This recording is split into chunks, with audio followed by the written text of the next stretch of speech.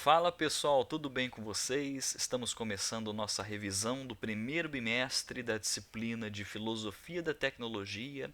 Esse primeiro bimestre que nós vimos pontos bastante importantes, nós vimos quatro posições marcantes em relação à posição da filosofia e à reflexão filosófica acerca das origens e dos efeitos do pensamento técnico e tecnológico no mundo social e no mundo filosófico como um todo. Embora nós iremos, expandir as nossas discussões a partir do segundo bimestre com as discussões de cunho mais existencial, a gente vai chegar lá, mas o nosso especialista desse primeiro bimestre, o filósofo Andrew Finberg, ele nos mostrou, um caminho bastante interessante de como refletir filosoficamente sobre as características, as propriedades, do pensamento técnico dentro e fora da filosofia. Nós trabalhamos bastante exemplos em sala de aula, algumas discussões importantes e hoje nós iremos rever os pontos centrais. Beleza, pessoal, os pontos centrais, embora nós vamos enfatizar boa parte dessa revisão com relação às posições, às categorias apresentadas pelo Andrew Finberg, a gente precisa retomar uns pontos ali que foram o solo comum de todas as nossas discussões e de todas as nossas colocações com o Andrew Finberg. Os pontos centrais estão aqui na tela. Nós podemos separar em dois momentos, sobre as posições filosóficas. Então, no primeiro momento, nós temos um momento temático, de como enxergar tematicamente, argumentativamente, ou seja, não necessariamente histórico, não necessariamente pensando em autores, movimentos, períodos da história da filosofia, quais são tematicamente as posições que estabelecem um contraste na discussão da filosofia da tecnologia. E nós percebemos nesse primeiro momento temático, duas posições filosóficas acerca da tecnologia. A primeira posição é uma posição que a gente pode chamar de mais otimista, em relação à presença do pensamento técnico, do pensamento tecnológico no âmbito social, que é a tecnologia vista como a extensão do corpo e de suas capacidades. Ou seja, como que a técnica, como que a tecnologia, ela consegue ampliar, os cenários onde o âmbito cognitivo e físico do ser humano não alcançam, certo? Como que a tecnologia ela pode ser a expansão das nossas capacidades criativas, das nossas capacidades inventivas, intelectuais, cognitivas. A gente pode pensar na extensão física das nossas capacidades, em termos de locomoção, em termos de resolução de problemas. Então nós nos visualizamos como componentes dentro de um cenário onde temos então a possibilidade de estender todas as nossas capacidades, e é uma visão bastante forte. Por exemplo, se a gente for fazer um elo entre as discussões que estávamos fazendo na disciplina de filosofia da mente, é uma posição que poderia ser estendida àqueles filósofos da mente que tendem, para uma posição materialista, fisicalista, onde a mente ela se reduz ao cérebro, aos elementos, neurológicos ou físicos ou comportamentais, porque afinal de contas tudo está dentro de uma perspectiva fisicalista, materialista. Logo, a tecnologia ela é a extensão desse cenário, ela vai até onde nós, enquanto corpos orgânicos, não conseguem, chegar, não conseguimos atingir. É claro, dentro dessa posição, dessa postura argumentativa, essa postura argumentativa otimista que vê, a tecnologia como extensão do nosso corpo e das nossas capacidades, nós podemos visualizar alguns exemplos da história da filosofia ou da tradição filosófica de uma maneira geral. De um lado, nós podemos ver alguns filósofos da tradição da filosofia analítica, filósofos de língua inglesa, que tendem a ser mais de linha materialista, de linha fisicalista, aquela linha mais realista científica, e que visualiza isso como nada mais nada menos como a extensão das propriedades características que somos por natureza, físicas e materiais.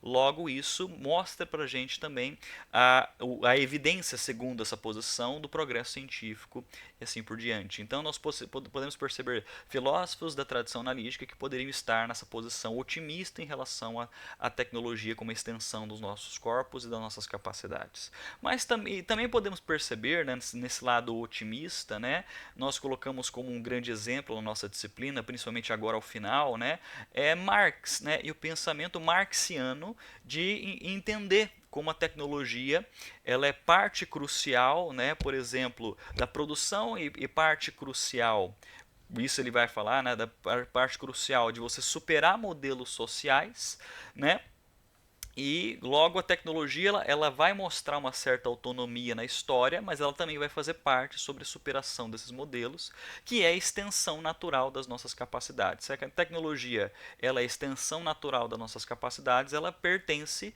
inclusive, nessa linha da história de superação de modelos sociais, certo? E nós temos a segunda posição temática argumentativa, onde olha para a presença da tecnologia e da técnica com um olhar mais pessimista, que é o olhar reificante, né?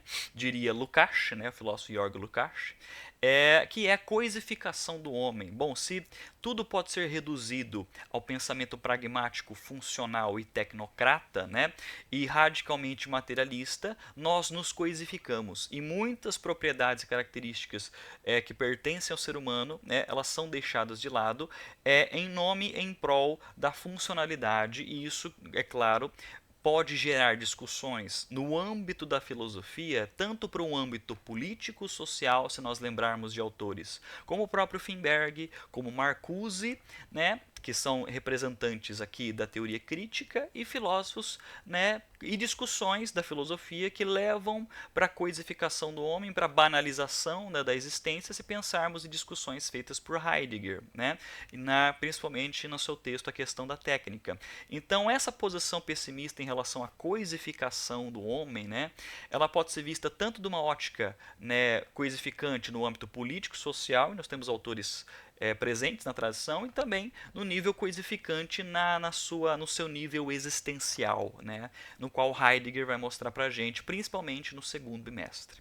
Beleza, esse primeiro momento é um momento temático, né? Então eu quero que vocês entendam que essas duas posições são as posições que estão em debate em toda a nossa disciplina, que isso vai se mostrar muito forte durante toda a nossa disciplina, até no segundo bimestre, essas duas posições, de um lado, uma visão otimista em relação à tecnologia que vê como uma extensão dos nossos corpos e capacidades, e uma visão pessimista que é a banalização da existência humana a partir de uma visão coisificante, objetificante da existência humana.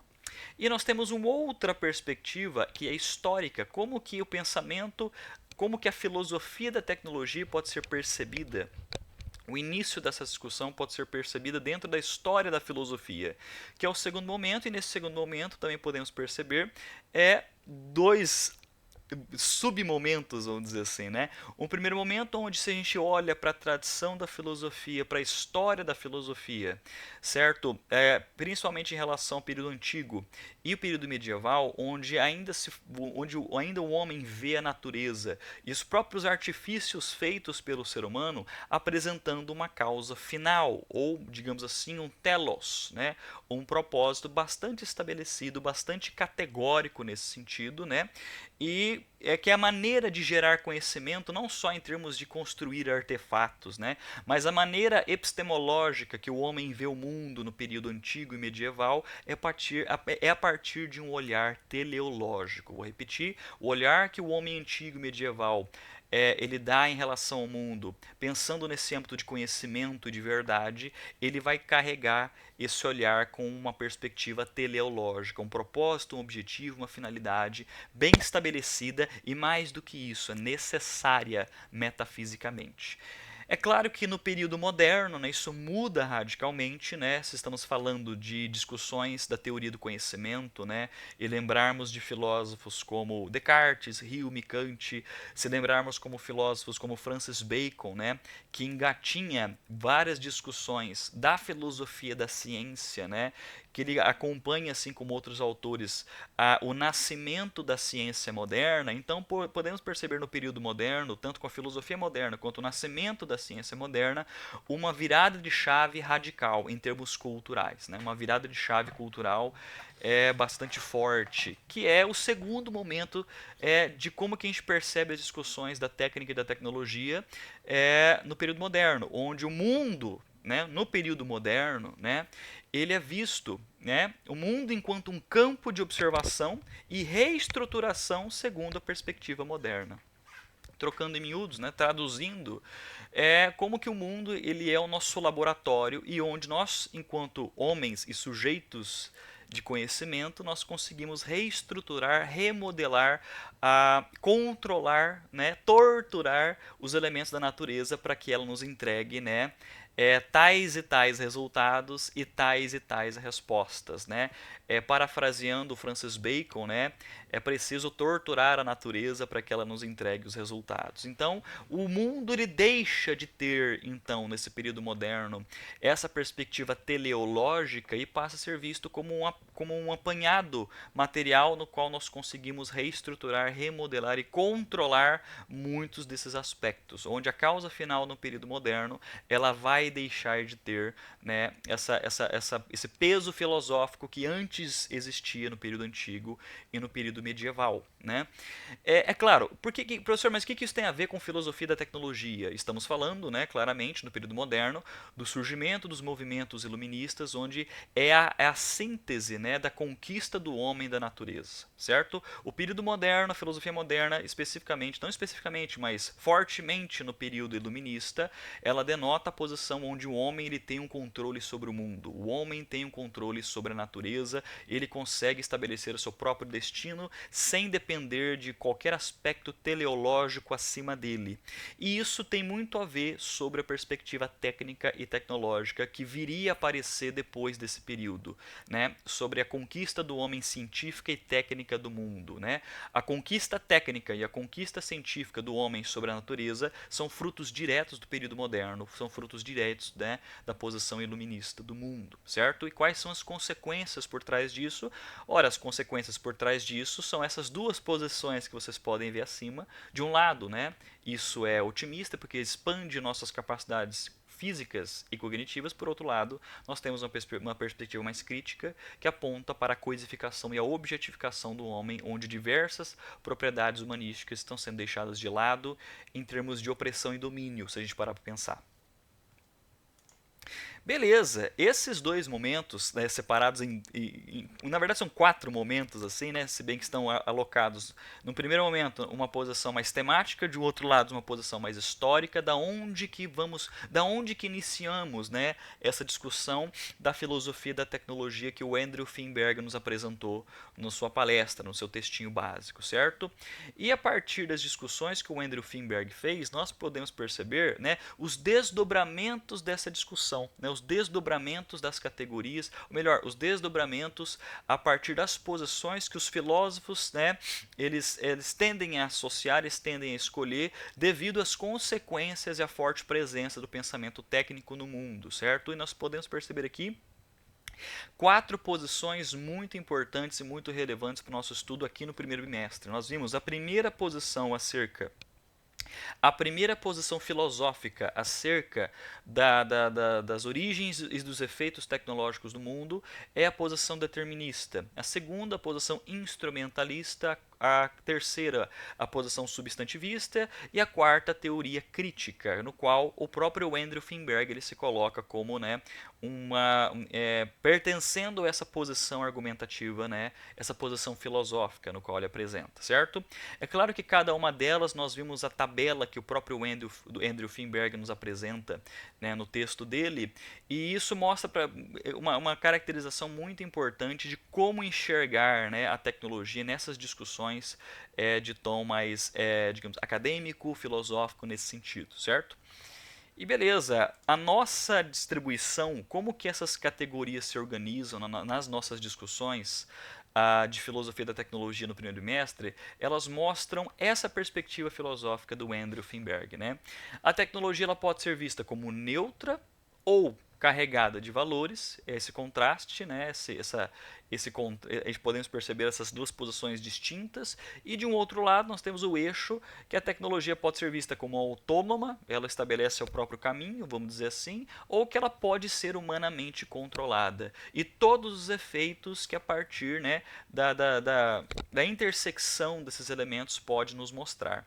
Certo? De um lado, a intersecção entre uma posição onde a tecnologia é vista como neutra e autônoma, nós temos a posição determinista, né? Onde a teoria da modernização, a teoria onde a tecnologia ela segue seu próprio caminho, ela é vista como uma extensão natural do homem, né? É claro, mas ela continua sendo neutra, ela não carrega em si, ela não carrega no seu próprio mundo os valores para o mundo melhor.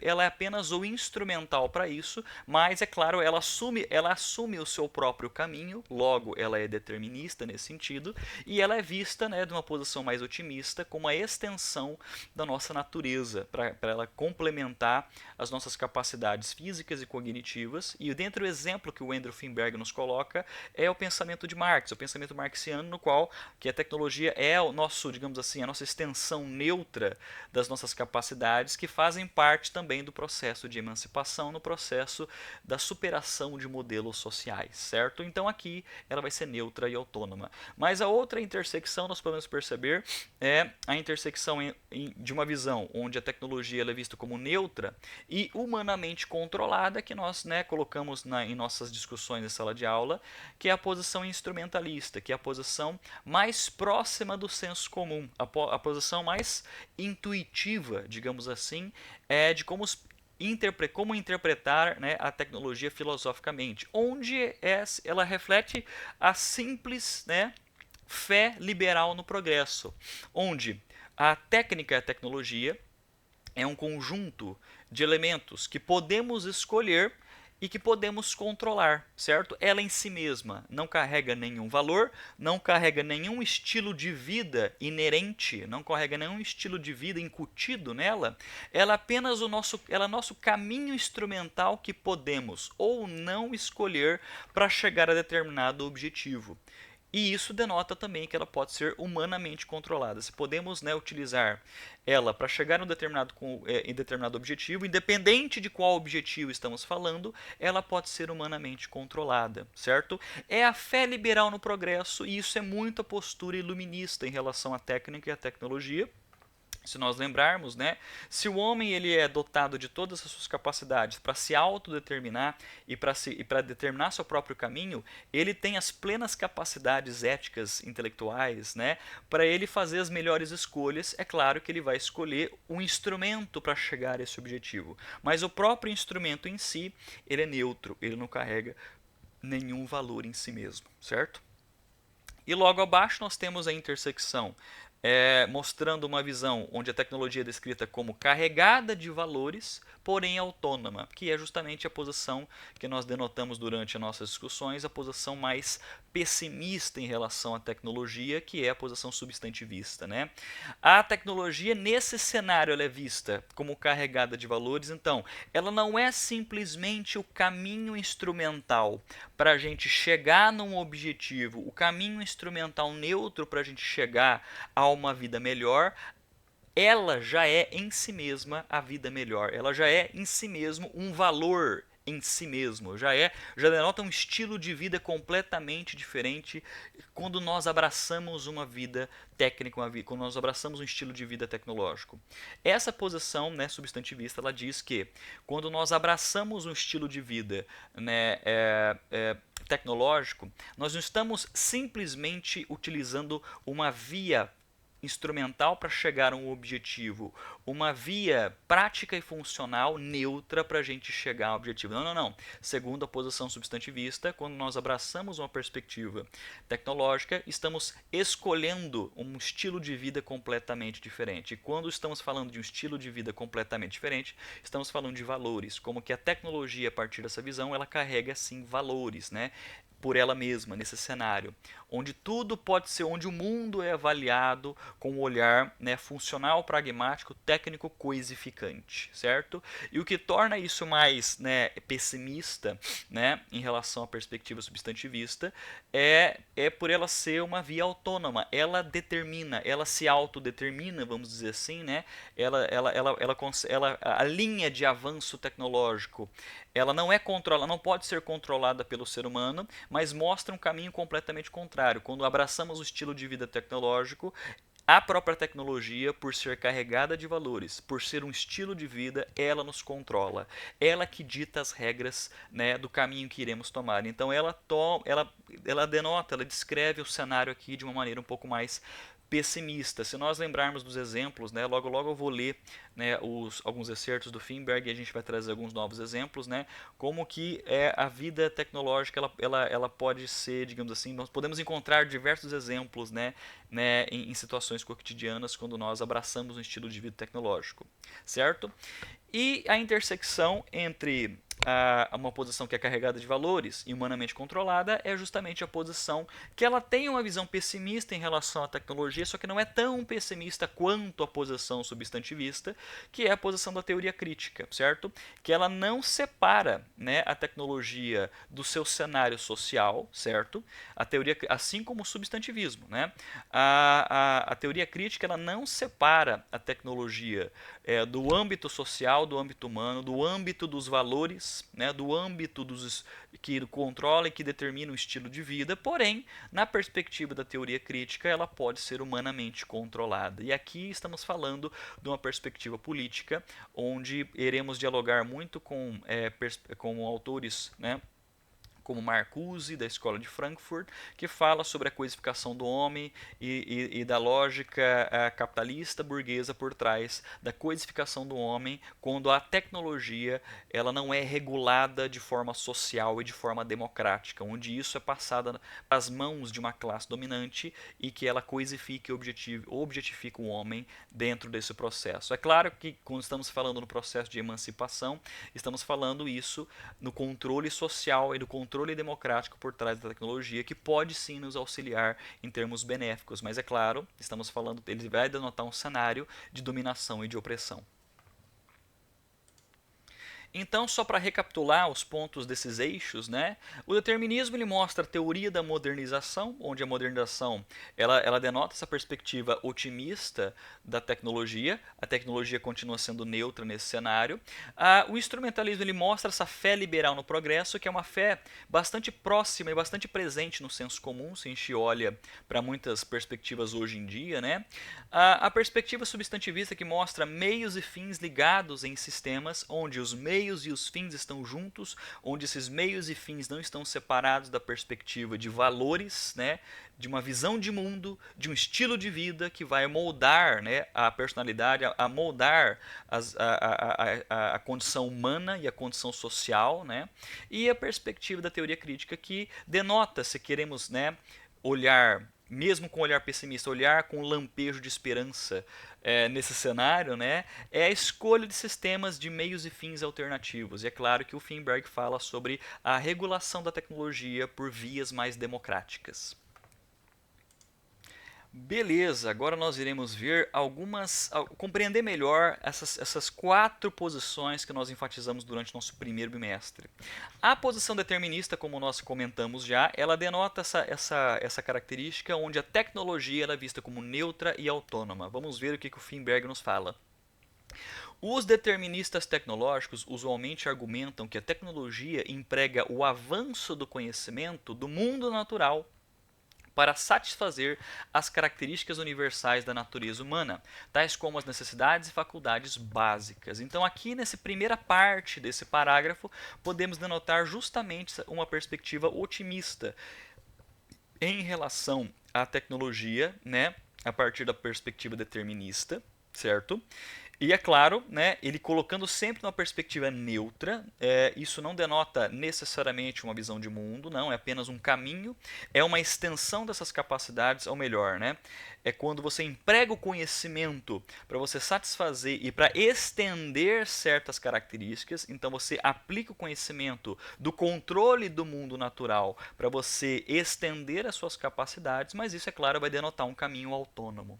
Então, cada descoberta que vale a pena fenômeno diz respeito a algum aspecto de nossa natureza, preenche uma necessidade básica ou estende nossas faculdades. Então, nesse momento, podemos perceber o determinismo pertencente àquela posição argumentativa no qual é otimista, que ela é a extensão dos nossos corpos a partir dos nossos corpos e das nossas capacidades cognitivas, a partir da extensão desses corpos, a extensão, né, das nossas capacidades cognitivas.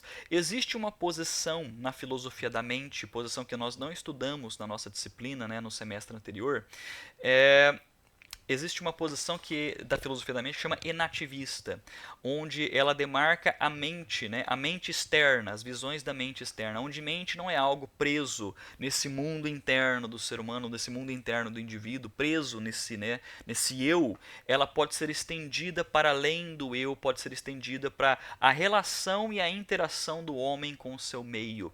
E a mente ela pode mostrar aqui uma nova categorização, que é a extensão da mente pelos usos técnicos que fazemos na nossa relação com o mundo. Então, por exemplo, os caderninhos que nós carregamos, os celulares, as calculadoras, as canetas, nada mais são do que a extensão dos nossos corpos, a extensão da nossa capacidade, certo? Consequentemente, os filósofos da filosofia da mente, que se colocam como enativistas, né, eles falam que, consequentemente, a mente pode ser vista da mesma forma, onde a mente está presa nesse eu, nesse casulo chamado sujeito, nesse casulo chamado eu, né? Ela pode ser estendida a partir dos usos que fazemos de artefatos e técnicas que nós utilizamos para interagir com o mundo, certo?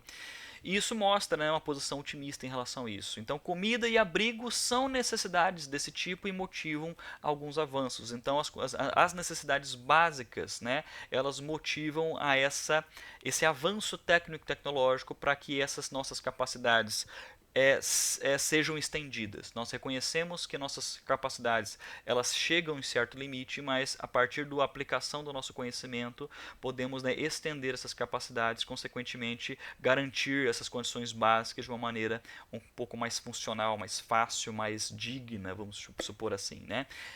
Segundo essa perspectiva.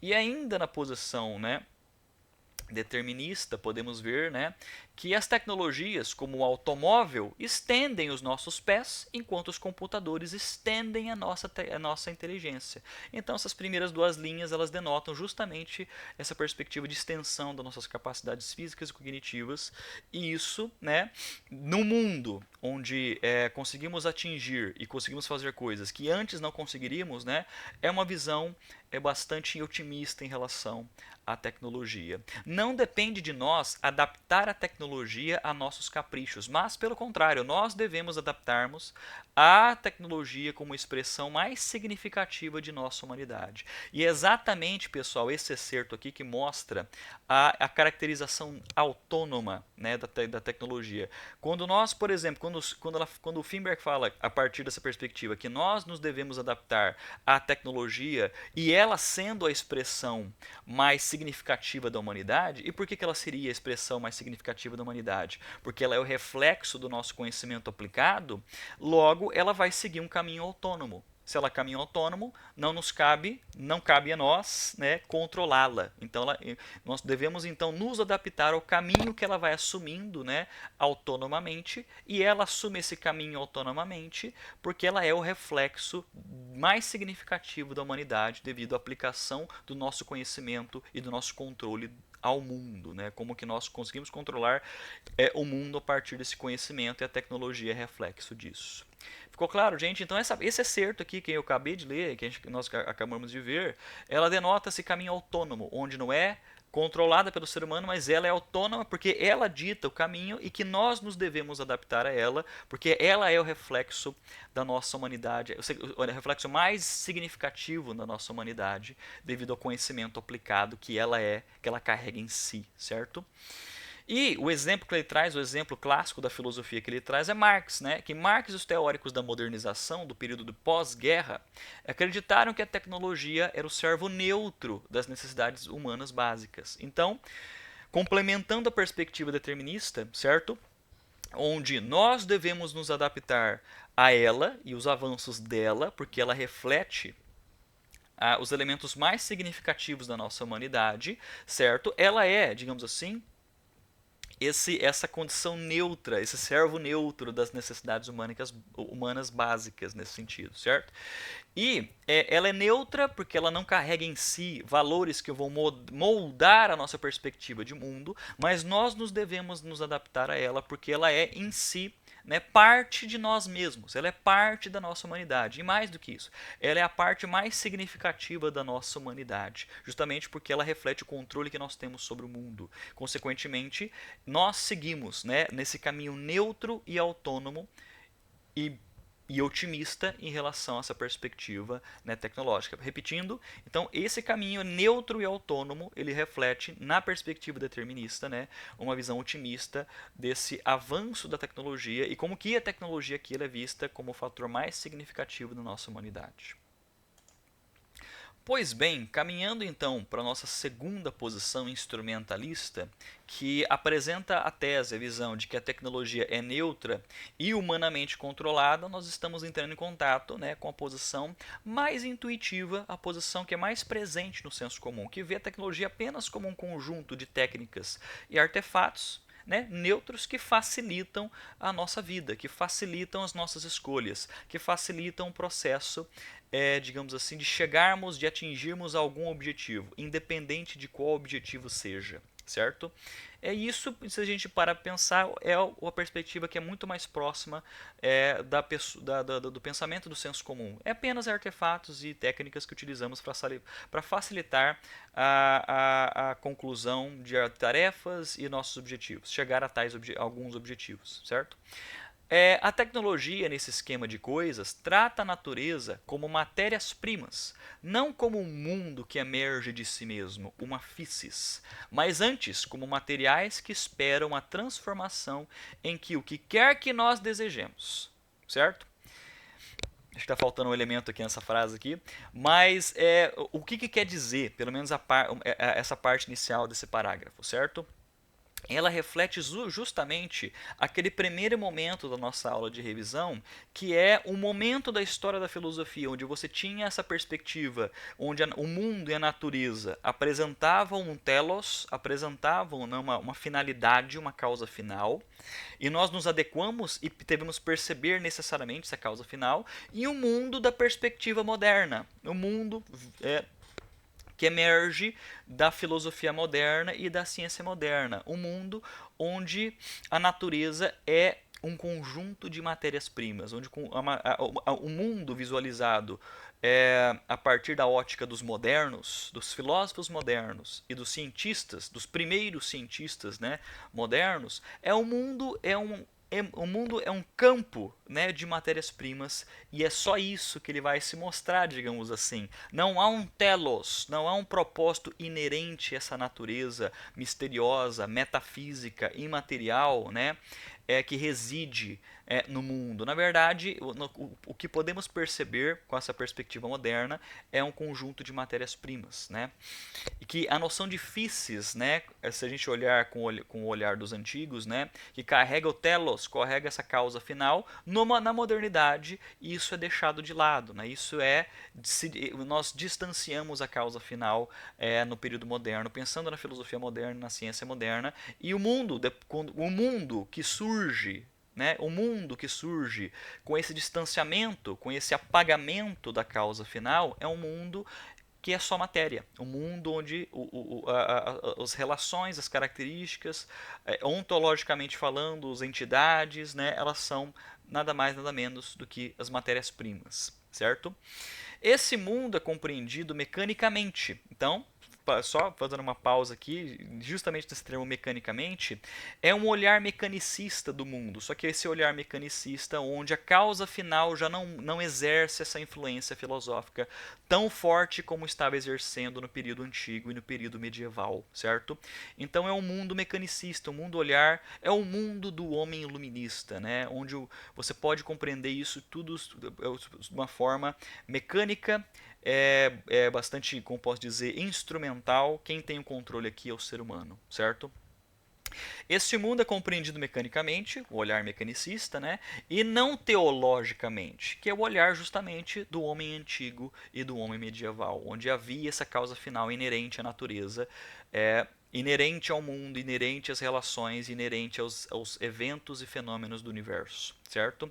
Está ali para ser controlado e usado sem qualquer propósito, né, interno, ou seja, o mundo enquanto matérias-primas, o mundo enquanto um conjunto de elementos que possam ser controlados, reestruturados, remodelados, ele está ali para ser usado, ele tá ali para ser controlado. O mundo não está ali para a gente perceber nenhuma causa misteriosa interna, nenhum telos, né? Justamente porque nós podemos reestruturar a partir do nosso próprio interesse, a partir das nossas próprias motivações, onde o homem aqui, o homem, o sujeito, ele é o próprio centro da sua ação e centro da compreensão do mundo. Onde ele já não mais se vê como parte de um sistema metafísico necessário e imutável, onde ele pode então reconstruir e remodelar o mundo a partir do conhecimento técnico que ele tem do mundo, que está surgindo junto com a perspectiva da ciência moderna, certo?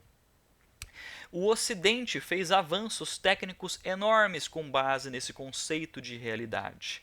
Nada nos contém em nossa exploração do mundo, ou seja, é uma fé liberal, é uma fé, melhor, é uma fé no homem iluminista, é uma fé excessiva na razão, se a gente parar para pensar. É uma fé excessiva quando a gente faz um contraste com as próximas posições que iremos rever nessa nossa aula. É uma fé excessiva porque diz: nós temos todo o instrumental necessário para a gente controlar, remodelar o mundo e a natureza, e nós, né, homens, donos de nós mesmos, plenos de nossas capacidades éticas e intelectuais, nós somos, né, dotados para que possamos fazer as melhores escolhas, né? Nós já temos todas as capacidades para que possamos fazer as melhores escolhas, os melhores caminhos, certo? E o instrumento que a gente utiliza para isso não importa, mas que toda a parte técnica e tecnológica que for desenvolvida a partir disso vai nos conduzir para o nosso objetivo que nós, enquanto homens, donos de nós mesmos, estabelecemos para nós mesmos, certo? E independente de qual objetivo for, a técnica e a tecnologia ela é a nossa via neutra, nós podemos controlar ela como a nossa via neutra, ou seja, ela não carrega nenhum valor em si, ela é apenas um instrumento, é apenas o caminho para a gente chegar ao nosso objetivo. Então, se nós conseguimos fazer isso, nós estamos descrevendo o mundo com o olhar, né, com o olhar moderno, com o olhar iluminista, com o olhar científico moderno, com o olhar do avanço, com o olhar do progresso, com o olhar da razão, que são todas características muito fortes do período da filosofia moderna e do iluminismo, século XVII, século XVIII, certo? Se a gente olhar essa virada de chave filosófica que aconteceu, né, no cânone, ou melhor, na tradição filosófica e na história da ciência de uma forma geral, né? Esse período foi uma virada de chave radical, né? Foi uma virada de chave, se a gente lembrar em discussões de filosofia da ciência, né? Porque o período moderno ele é uma resposta, né, à perspectiva aristotélica do mundo. E a perspectiva aristotélica do mundo, ela ainda coloca, né, um telos, né, uma causa final inerente à natureza. E o moderno, ele já não enxerga mais uma causa final, um telos inerente à natureza, porque nós conseguimos controlar e remodelar a natureza, e nós iremos ver consequências a partir desse mundo moderno. Então as duas perspectivas que surgem logo em seguida, elas são uma resposta, elas são uma leitura dos efeitos por trás, né, da visão moderna do mundo, certo? E a visão moderna do mundo, ela vai mostrar para a gente, igualmente, né, essa posição. De um lado, nós temos uma visão coisificante, existencial e política nesse sentido. Mas é claro, né, a gente vai chegar lá com mais calma. Beleza, vamos agora então para continuando com a perspectiva, né, instrumentalista, né? A tecnologia ainda aqui sendo neutra e humanamente controlada, a tecnologia, não responde a propósitos inerentes, mas somente serve como meios e metas subjetivas que escolhemos como desejamos, certo? Porque nós somos donos de nós mesmos, segundo essa perspectiva, nós conseguimos estabelecer as nossas melhores escolhas e isso que nós utilizamos para atingir os nossos objetivos é o nosso caminho neutro, é apenas o nosso caminho instrumental, nada mais do que isso, ou seja, não reflete nenhum valor em si mesmo. certo? E isso reflete a fé liberal no progresso e a fé excessiva na razão, se olharmos como essa posição sendo fruto direto, né, filho direto do pensamento moderno, do pensamento iluminista, certo? Para o senso comum moderno, meios e fins são independentes um do outro. Então, isso aqui é uma perspectiva muito próxima do senso comum. Eis aqui um exemplo bem cru. Né? O Finberg, né? O Andrew Finberg coloca esse exemplo. Nos Estados Unidos dizemos que as armas não matam pessoas, as pessoas matam pessoas, certo? A arma é só um meio instrumental para isso. Ela em si mesma, a arma em si mesma não carrega nenhum valor, é apenas um instrumento para você chegar a um determinado objetivo, que é um olhar bastante funcional, bastante pragmático em relação a esse cenário, mas é claro que a gente estranha um pouco esse cenário devido às consequências, os efeitos sociais e humanos que isso, né, causa no mundo. Na perspectiva instrumentalista, né, armas são meios independentes dos fins trazidos a ela pelo usuário, seja roubar um banco, seja executar a lei. Então, se nós percebermos um caminho, vamos dizer assim, positivo de que você pode utilizar armas para cumprir a lei, para você evitar algum crime nesse sentido, né? A arma em si mesma, ela não tem valor nesse cenário, é apenas um meio para você concretizar esse objetivo de cumprir a lei, né? Salvar alguém nesse sentido, mas também se você pode, né, assaltar um banco, né? E a arma em si mesmo, nessa perspectiva instrumentalista, ela não vai ser um mal, ela é apenas um instrumento que você utiliza para chegar ao objetivo. Então, a tecnologia, né, ela não está, é até estranho falar dessa forma, né? Mas ela não está se importando para o que você vai fazer com ela na perspectiva instrumentalista. Ela vai ser usada independente dos objetivos, né? E isso denota uma visão que é neutra, não carrega valor, porque ela independente do objetivo, ela vai funcionar ou pretende funcionar, e ela pode ser controlada. Então, quem faz a escolha somos nós, independente de como que essas escolhas elas possam caminhar no espectro ético e moral nesse sentido, né? Mas é claro, muitos de vocês, muitos de nós, inclusive, mas professor, é difícil a gente separar esse cenário do âmbito, é difícil separar esse cenário dos efeitos humanos, dos efeitos sociais, dos efeitos éticos, é difícil, né? Mas a perspectiva instrumentalista não carrega, não recheia a tecnologia com esse olhar em termos de valor, esse olhar axiológico, né? Ela é apenas um instrumento.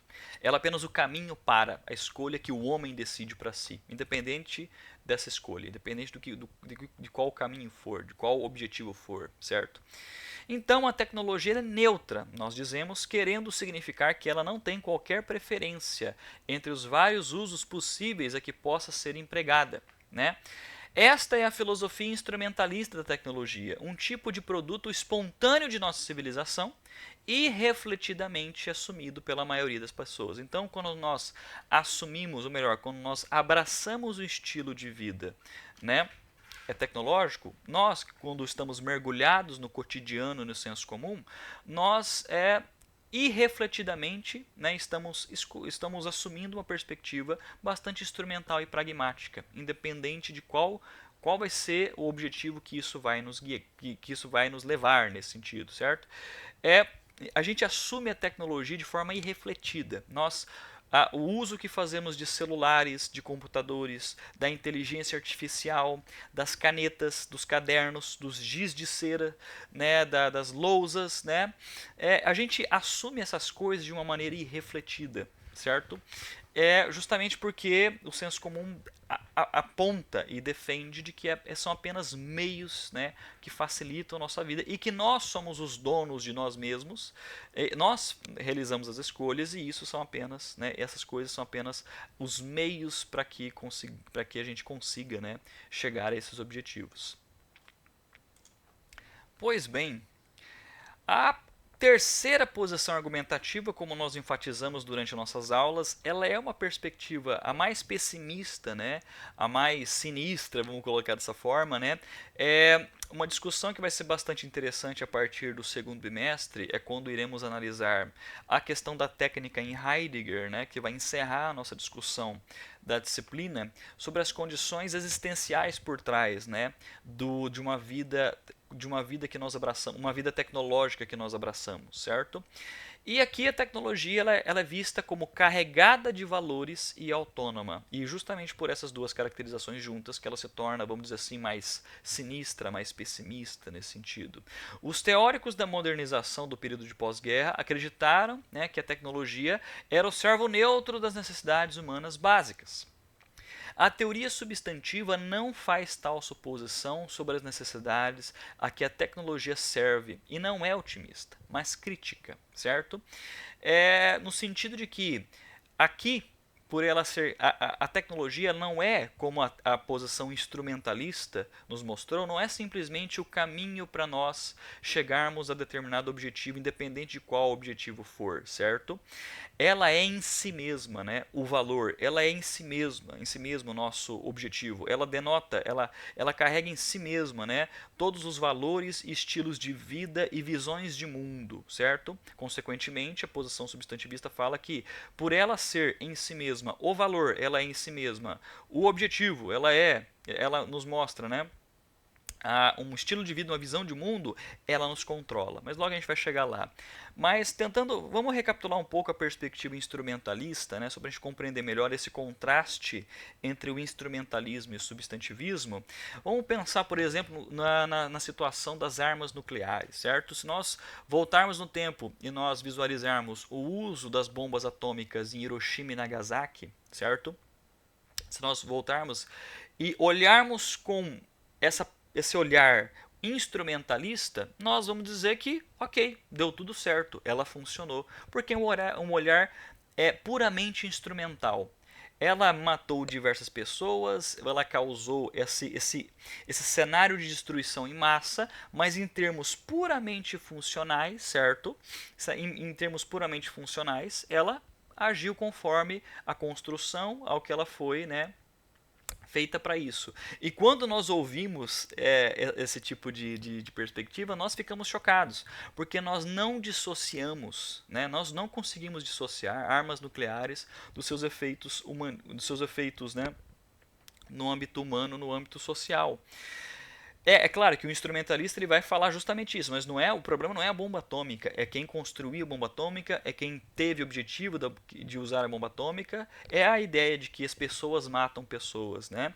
Já a posição substantivista não olha com esses olhos, ele fala assim, a partir do momento que você abraça um estilo de vida tecnológico, você não está abraçando somente um instrumento que você pode usar independente do objetivo. Você está escolhendo para si um outro estilo de vida. Você está escolhendo um valor ou um conjunto de valores, porque a tecnologia ela é em si mesma, né, o valor de uma vida melhor, o valor de um mundo melhor, digamos assim, certo? Consequentemente, o que o substantivismo está falando e o que o substantivismo, e o que a teoria crítica também vai falar? Que a tecnologia ela não se separa do seu âmbito de valores. A tecnologia, aqui no substantivismo e lá na teoria crítica, elas são posições que denotam que a tecnologia ela não se separa do seu cenário social. Ela não se separa do seu cenário social. Se ela é fruto direto do cenário social, se ela não se separa do seu cenário social, não podemos falar que a tecnologia é neutra. Nós devemos falar que ela é em si carregada de valores, ela carrega um estilo de vida, ela carrega uma visão de mundo, e isso, consequentemente, né, vai moldar, né, a maneira que o homem se comporta, escolhe e age no mundo, certo? Então, né, nesse exemplo da bomba atômica, a partir do momento que nós escolhemos, né, esse mundo, né, das armas nucleares, nós não estamos vendo simplesmente como um instrumento neutro. Nós escolhemos um mundo completamente diferente. Porque justamente um mundo onde existe armas nucleares é um mundo completamente diferente do mundo onde não existisse armas nucleares. Logo, a própria presença dessa técnica e dessa tecnologia, ela remodela o mundo, remodela a perspectiva que temos do mundo. Logo, por conseguinte, né, a tecnologia carrega, né, uma visão de mundo e isso remodela, né, a visão do homem sobre o mundo. A teoria substantiva não faz tal suposição de que ela é neutra, que a tecnologia é neutra, certo? Nesse contexto, a autonomia da tecnologia ela é ameaçadora, porque se ela carrega em si diversos valores, esses valores, né, esses valores nos modelam, esses valores nos controlam, esses valores nos reestruturam, certo? É uma perspectiva um pouco ameaçadora, um pouco assustadora, né? Malévola aqui que ele está falando. Uma vez libertada a tecnologia, né?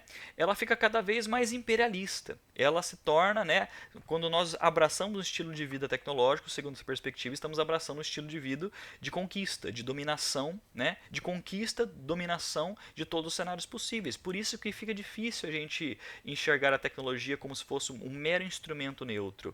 Ela carrega em si, ela molda completamente o mundo ao nosso redor, certo? Então, quando o ser humano escolhe um estilo de vida pautado em ter uma arma dentro de casa, segundo essa perspectiva, ele não está escolhendo um simples instrumento como se ele estivesse escolhendo uma nova faca, um novo garfo, um novo carro.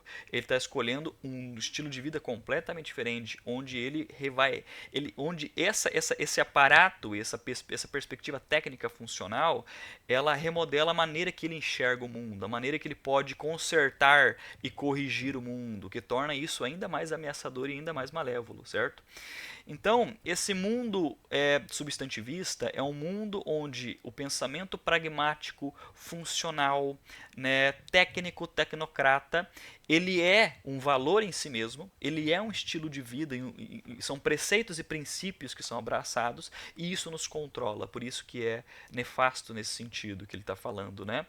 Na imaginação mais extrema do substantivismo, no Admirável Mundo Novo, né, o romance do Aldous Huxley, que denota muito bem a coisificação do homem e a dominação tecnológica sobre o homem, né?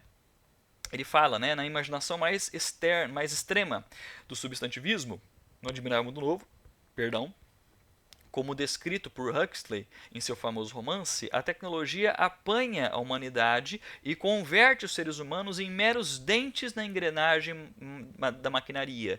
Então aqui o substantivismo, ele denota aqui aquela segunda posição argumentativa que nós vimos, que é a coisificação do homem, que é a objetificação do homem. Por quê? Porque o mundo humano agora, ele é unicamente funcional, pragmático, tecnocrata, certo?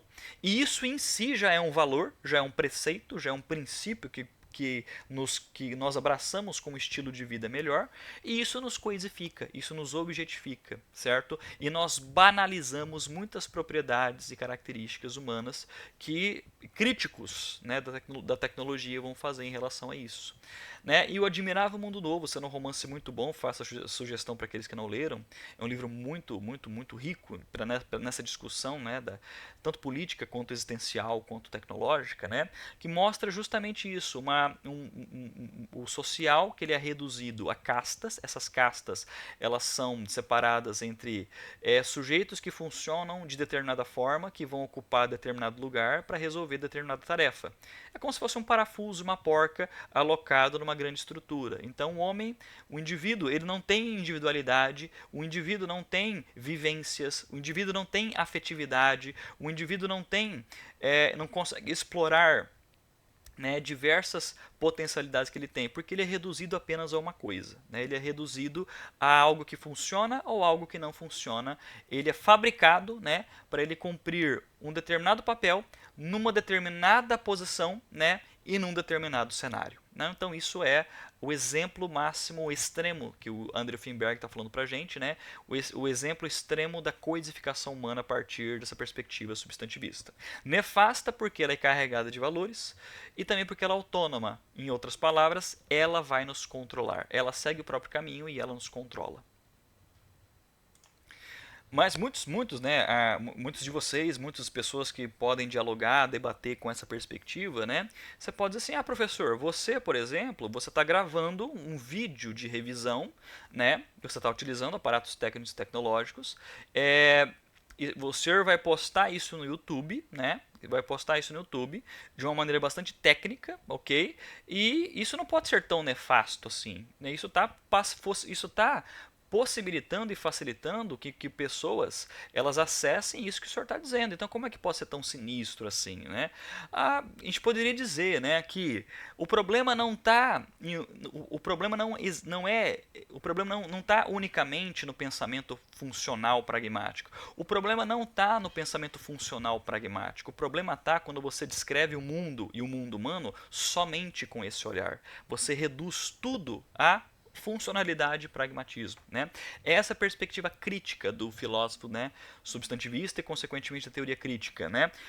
O pragmatismo e a funcionalidade eles vão estar presentes no âmbito humano. O próprio Heidegger fala sobre isso, né? A funcionalidade e o pragmatismo eles vão estar presentes no âmbito humano. Mas onde que reside o problema? A gente reduzir a vida humana a só pragmatismo, a só funcionalidade. E isso denota uma coisificação do homem.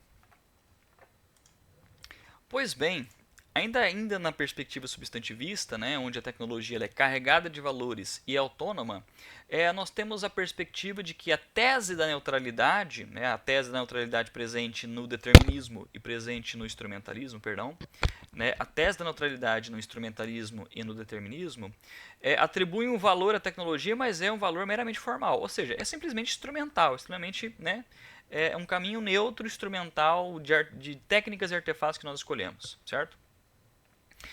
É formal, meramente formal, em relação à eficiência, que pode servir a diferentes concepções de uma vida boa. Um valor substantivo, pelo contrário, envolve um compromisso com uma concepção específica de uma vida boa, ou seja, ela não é o caminho para a vida boa, ela é a própria vida boa, porque ela carrega em si mesma, carrega em si o valor da vida boa, né? Se a tecnologia incorpora um valor substantivo, não é meramente instrumental e não pode ser usada segundo diferentes propósitos de indivíduos ou sociedades com ideias diferentes de bem. Que isso que eu acabei de ler denota uma perspectiva do instrumentalismo. Mas não é isso, segundo o substantivismo, repetindo, não é meramente instrumental, porque ela é carregada de valores. E não pode ser usada segundo diferentes propósitos de indivíduos ou sociedades com diferentes ideias de bem. Por quê? Porque ela é autônoma. Autônoma, né, nesse sentido, no qual ela nos controla e ela denota o caminho, né, de como deve ser a vida, né, no geral, certo? É igual ao nosso exemplo que nós visualizamos com o exemplo do dinheiro, né? Você pode ter uma perspectiva instrumental em que o dinheiro o dinheiro é simplesmente um artifício, né? Um artefato que você utiliza para garantir uma vida boa, ou ele é em si mesmo, ele é em si a vida boa. Quando você olha nesse exemplo o dinheiro como ele em si a vida boa, né? Se você olhar para pessoas que escolhem, né, o dinheiro como pilar fundamental da vida, a gente pode olhar com esse olhar substantivista, onde esse artefato, né, ou o conjunto de artefato, né, dinheiro, ele não é o caminho para a vida boa, ele é a própria vida boa que a pessoa abraça, né? Então você pode ter exemplos que denotam uma visão instrumental, uma visão substantiva, mas aí a diferença vai estar é o caminho para a vida boa ou ele em si mesmo reflete a vida boa, né? É claro que nesses exemplos o pessoal pode até falar, professor, mas existem boas razões para se pensar que muitos de nós olhamos para o dinheiro como a vida boa, né? Pois é. Né? O uso da tecnologia para esse ou aquele propósito seria uma escolha de valor específica em si mesma, e não só uma forma mais eficiente de compreender um valor pré-existente de algum tipo. Ou seja, não é apenas uma forma eficiente, ela é a vida que você quer escolher, ela é o próprio fim. Ela não é o meio para você atingir o fim, ela é o fim em si mesmo. Porque ela é o próprio valor, ela é a própria vida boa, né? A tecnologia é a própria vida boa, o próprio valor em si. E aí nós temos a perspectiva que é abraçada pelo Andrew Finberg, né? Onde a tecnologia aqui ainda continua tendo essa perspectiva crítica, pessimista, mas apontando para um cenário de esperança em termos sociais e políticos, certo? Que é a tecnologia carregada de valores e humanamente controlada, certo? Só para a gente fazer um contraste, né? Se a gente olhar para o homem que é coisificado, né, na perspectiva do substantivismo e da teoria crítica, que são as posições mais pessimistas que nós temos aqui, embora o substantivismo seja a pessoa mais pessimista, a partir desse olhar, né, a partir de um olhar mais político em relação à coisificação do homem e aliando isso a uma perspectiva marxiana e marxista, a coisificação do homem ela pode denotar a coisificação do homem pela tecnologia, ela pode denotar aquela perspectiva de Marx que diz, né, o homem ele é a sua força de trabalho. Então você pode pensar assim, professor, eu sou um ser humano, eu tenho preferências, eu tenho afetividades, eu tenho criatividade, eu tenho capacidade de explorar todas as minhas potencialidades, mas nesse mundo capitalista burguês, vamos dizer assim, nessa perspectiva marxiana e marxista, né, você é apenas uma, não importa, né, a sua afetividade, você é apenas uma coisa, você é a sua força de trabalho, você não tem, você é a sua força de trabalho, ou seja, você é uma coisa que funciona, você é uma coisa que pode funcionar ou não funcionar nessa grande engrenagem capitalista burguesa, né? Então você é reduzido à sua força de trabalho. Então todas essas potencialidades e diversas características que você se enxerga nessa lógica do capital, você é apenas uma coisa. Você é a sua força de trabalho, logo você é objetificado. Você é alienado para ser objetificado, né? Coisificado. A teoria crítica reconhece as consequências catastróficas, como essa, né? Ela reconhece, a teoria crítica reconhece as consequências catastróficas do desenvolvimento tecnológico ressaltadas pelo substantivismo, mas ela ainda enxerga uma promessa de maior liberdade na tecnologia, né? Devido que é a grande tese da teoria crítica, que é a regulação, o controle da tecnologia por uma via mais democrática, certo? O problema não está na tecnologia como um tal. O problema não está, como eu havia comentado antes, né? O problema não está na tecnologia, no pragmatismo, na funcionalidade, né? Ela está no fracasso até agora, no nosso fracasso até agora, de inventarmos instituições e regulamentos apropriados para poder exercer controle humano sobre a técnica e sobre a tecnologia, né? Poderíamos domar a tecnologia submetendo-a a um processo mais democrático de projeto e desenvolvimento, que é o olhar social, o olhar político, né, sobre a tecnologia. E nesse sentido, né, se a gente pegar uma discussão bastante recente no mundo, né, a regulação da internet. Quando você olha para o mundo da internet, das redes sociais, né, das big techs, das corporações, onde as redes, onde as big techs, onde essas grandes corporações, elas fazem o que elas querem nesse ambiente, né? Isso causa problemas de ordem social e isso mostra para a gente a necessidade de um controle social, de uma regulação, de uma regulamentação a partir de uma esfera pública, porque a esfera pública sendo uma esfera maior que poderia, né, controlar a esfera privada, a esfera dessas grandes corporações, das redes sociais, do Twitter, do Instagram, se a gente colocar essas discussões no âmbito das redes sociais, né? Porque se discute muito sobre a regulação da internet, fala muito sobre essa perspectiva que poderia ser, né, essa perspectiva da teoria crítica, onde a esfera pública, ou seja, a esfera democrática, ela deve ter em mãos a regulamentação dessa perspectiva para que isso não corra de forma livre, desordenada e caótica, né? Nesse sentido, porque para que a tecnologia, ou melhor, nesse cenário da internet, não continuemos vivendo num mundo sem lei e sem limites políticos e sociais, né, de regulamentação.